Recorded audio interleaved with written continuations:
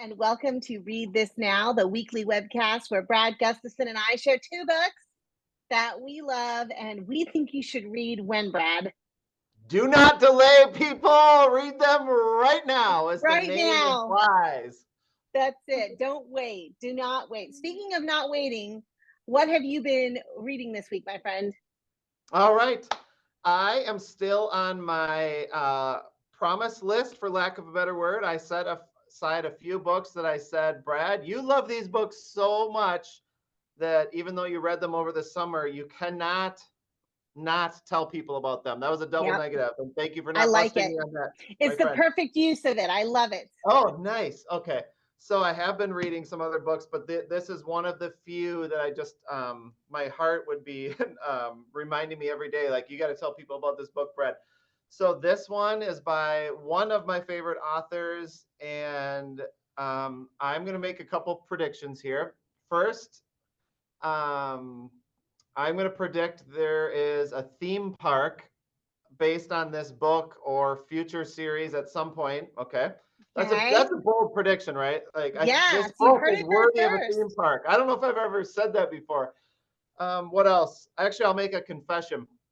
This book, in some ways, reminds me of what I notice in other people, how much they have loved or connected to Harry Potter over the years. This book, here's a real confession. I've never read Harry Potter, and I know you might be shocked at that. I don't have anything against Harry Potter. I just haven't ever read it. But I see how other people respond and love and like fall in love with it.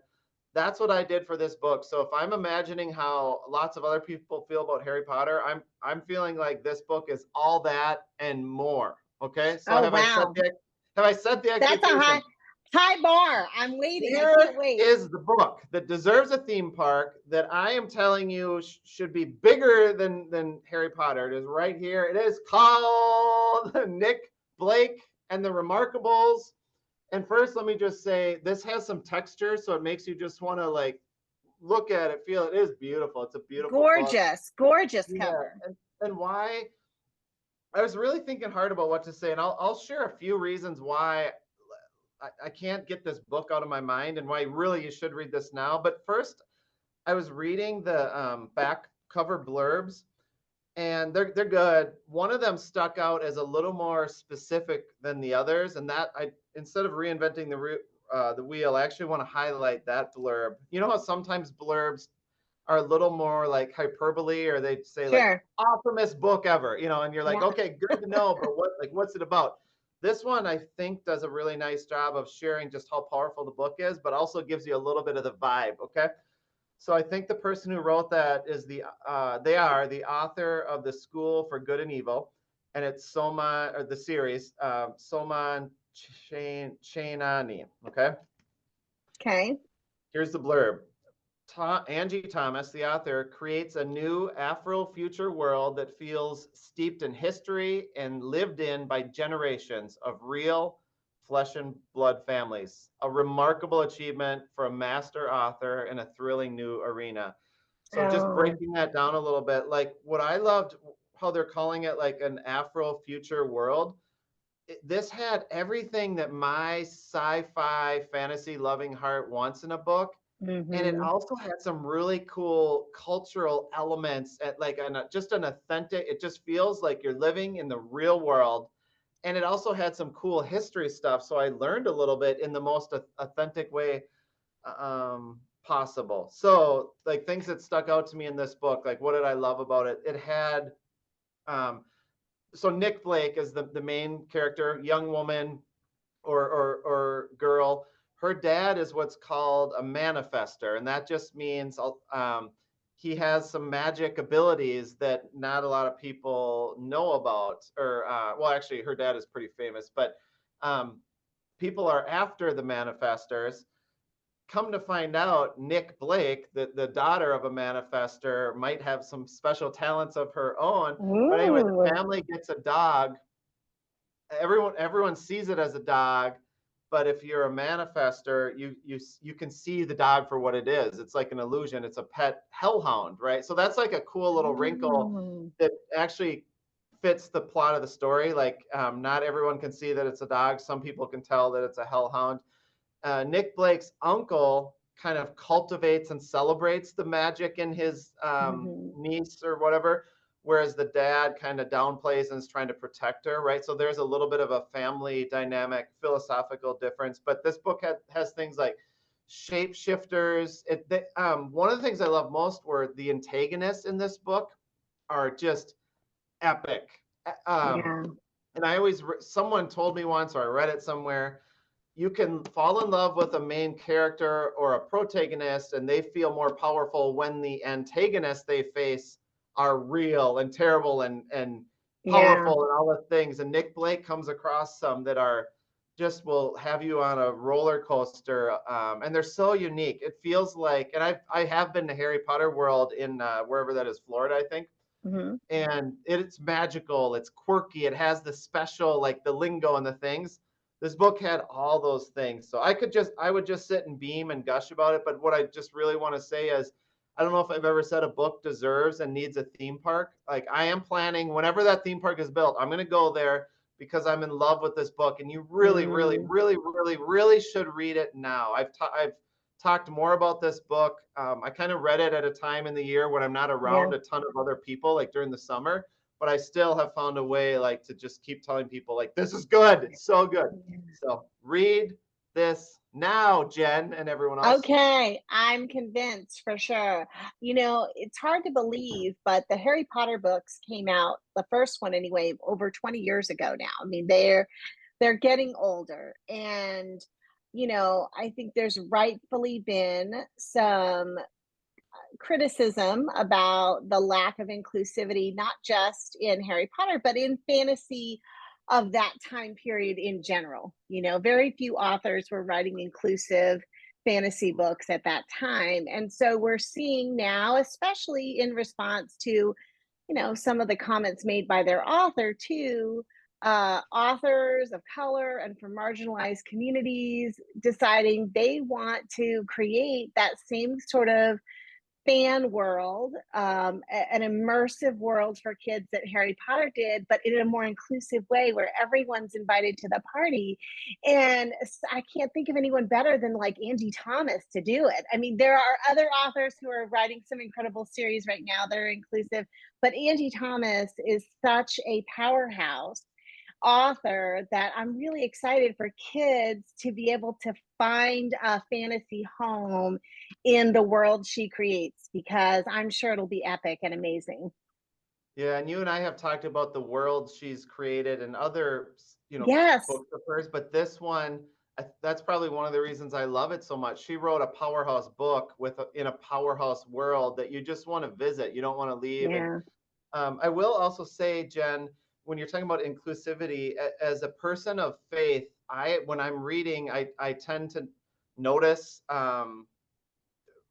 different perspectives in books. I just noticed them, and Hmm. I picked up on, and well, actually, it was pretty. I didn't have to pick up on anything. It was explicit. There were some biblical references in this book, and I thought it was kind of cool. I don't come across that all the time. I don't see that Hmm. aspect of my life in books, and not, there's a whole diversity of faith and things like that. But I will also say it was really neat to have this strong world and the characters and the story and the imagination and like this that connection too. I just thought it was a really, Sure. really cool thing that I think a lot of people will find unique and special. So, Yay. Well, thank you so much for sharing that. That is one I haven't read yet. So I'm looking forward to putting it to my list. That being cool. said, Yeah. the book, I read this book over the summer as well, early summer. But then this last week or so, I don't know if you saw, but the National Book Award long list was released. And so usually in the fall, well, always in the fall, the National Book Award Committee releases their long list. They release a list of like 10 books for in different categories for adults, for young people, etc. And then in December, so, one book will be picked as the National Book Award winner for the year. And usually I'm like flabbergasted by what the committee picks, because typically, if out of the 10, I've maybe read two. Like they really dig deep and find books I've never heard of. So this year, though, was kind of a flip. Of the 10 that they chose, I had actually read 7, but one of them I had completely forgotten about. We've actually book talked several of those on the long list on this show right here. So I sort of feel like, look at us. We kind of had our finger on the pulse of what is been released that's great this year. But one of them I had read earlier in the summer and sort of had forgotten about. Like it was a book I thought, oh, yeah, I need to share that. And then when I saw it on the list, I was like, oh, wow, I'd forgotten about that book. And so I revisited it this last week, just pulled it out and was looking at stuff. And the thing that was overwhelming to me about this book is I was like, oh my gosh, this is a Brad Gustafson book. And over the years, like when I'm reading, every once in a while, there'll be a book that I have to put on the shelf in my heart that has your name on it. Like I know that this is a book that Brad would love. So the book I want to share, I don't know if you've read it. Have you read Simon Sort of Says by Erin? No. I don't know if it's Bow or Bow. I haven't done the research to know how the last name is pronounced, so I apologize. But I don't know. You said you haven't read this one yet? Correct. Okay, put it on your list, Brad, because Okay. I know Okay. this is a book that you would love. I don't want to spoil it, not just for you, but also for our 3.5 viewers. So I'm going to do my best to do a book talk that doesn't give away sort of the main secret of the book. Okay. And to you and my 3.5 viewers, our 3.5 viewers, I would encourage you. I think this is the kind of book that's best gone into not knowing very much about it at all. So don't read the blurbs, don't go looking up reviews, just dive into it. Okay. Without what I'm about to tell you. So this book is about a kid named Simon. You can tell sort of from the title, Simon Sort of Says. Sorry, I don't have it here. I gave away my copy actually last night. And but he and his family have moved to a town called Grin and Barrett, Nebraska. Gosh, I wish Grin and Barrett were real, but it is a fictional town that is in the middle of what's known as the quiet zone. And by quiet zone, that is refers to the one place in the United States where the internet is not allowed. So Simon and his family have moved there for a very specific reason that's different from the other people who've moved there. In Grin and Barrett, there's sort of two camps, two groups of people who have moved there and prefer the quiet zone. One is a group of scientists whose life mission is to try to explore the idea that we might be able to make contact with alien life forms. The internet interrupts that kind of science. So therefore, the internet cannot, it'll like mess with the telescopes and all the equipment that they have there in Grin and Barrett to try to make contact with people on other planets. And then the other group are really rural farmers who maybe had lived there long before, but are sort of rejecting modern technology. Simon and his family don't fit into either of those camps.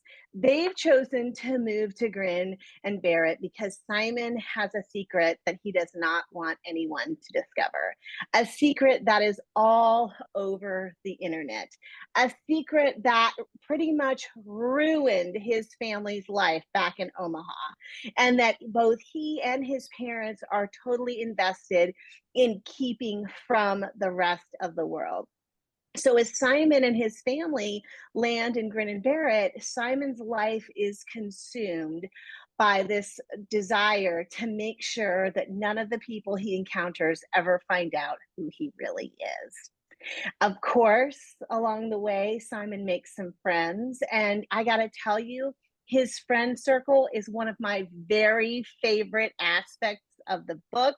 His best friend, Agate, who is a girl who goes to his school who happens to be autistic, but also who has maybe one of the fiercest friendship streaks I've ever seen in any character in middle grade lit, is so funny and so fierce. I just love her so much. I love Simon. I love his parents. I love the ridiculous peacock that they ended up inheriting in the house that they bought in Grin and Barrett, and all of that community. as you might imagine, though, of course, and I don't think this is a spoiler, all of Simon's attempts to keep the world from his new small world from knowing what the great big world knows about him, they can't be successful forever. And so when that plot twist happens, the rest of the book is Simon and his family trying to figure out how they're now going to live in a world where their secret is out.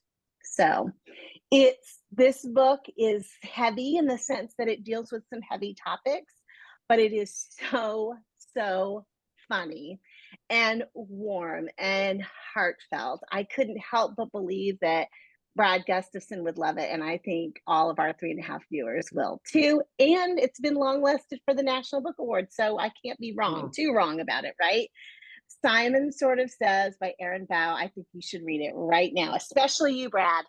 Especially I'm you. all in. Your timing is perfect. I was planning on making some book purchases literally this evening, so this must be destiny, Jenn. You've never done me wrong, so I can't wait on that one. I love it. Yeah. All right. The book I talked about too, same concept where it's better left not. I was intentional about not going too much into the plot because it's so ridiculous. The journey is so good. If folks are looking for these books or other books we've talked about this year or ever, we recommend that you go to. We have a new website, Jenn. Am I doing it? Am I doing it this week? I might need you to because I was so used to the old link, but this is even better. But now I have to remember it. Is it readthisnow.net? That's it. Woo! Okay. Thanks for buying me enough time to get the confidence to posit a website, and I got it right. So go to readthisnow.net and check it out. Thanks, everyone. We will see you next week. Until then, happy reading.